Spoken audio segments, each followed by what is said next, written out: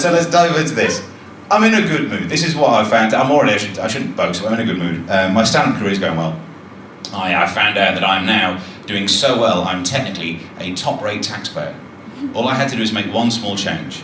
I hired one of Tesco's accountants. Yeah, it's looking pretty good for me now. If you've not heard the story, Tesco's overestimated their profit by 250 million.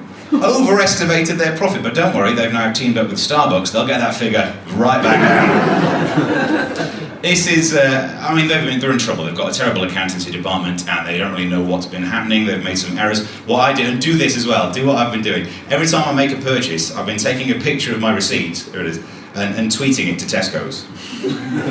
Just to help try to, it's a paper trail, right? Do the same. And I pointed out in the tweets, I've been saying, I realise this won't correct all of your accountancy errors, but every little helps.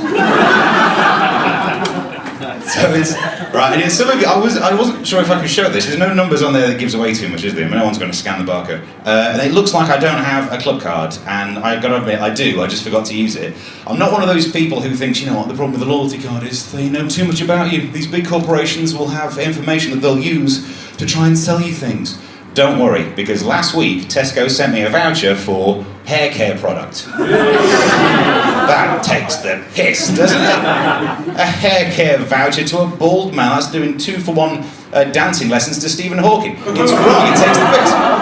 In case you're offended by that joke, that is a joke because he's a physicist, and as a former chemist, I'll tell you one thing about physicists, they ain't got no groove, so that's why that is a joke. I can tell you that one nicely.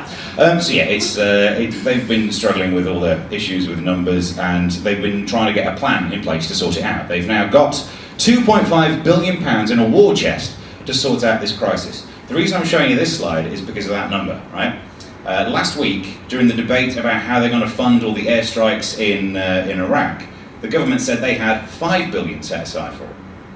Tesco's can nearly afford to invade Iraq. Tesco's has enough money now put aside to invade a country half the size of Iraq. This is a scary thing. I mean, next time there's a price war, I feel sorry for Asda. This shit's gonna go down. In fact, what you've got there is a company that is highly competitive and it has the ability to invade a small country.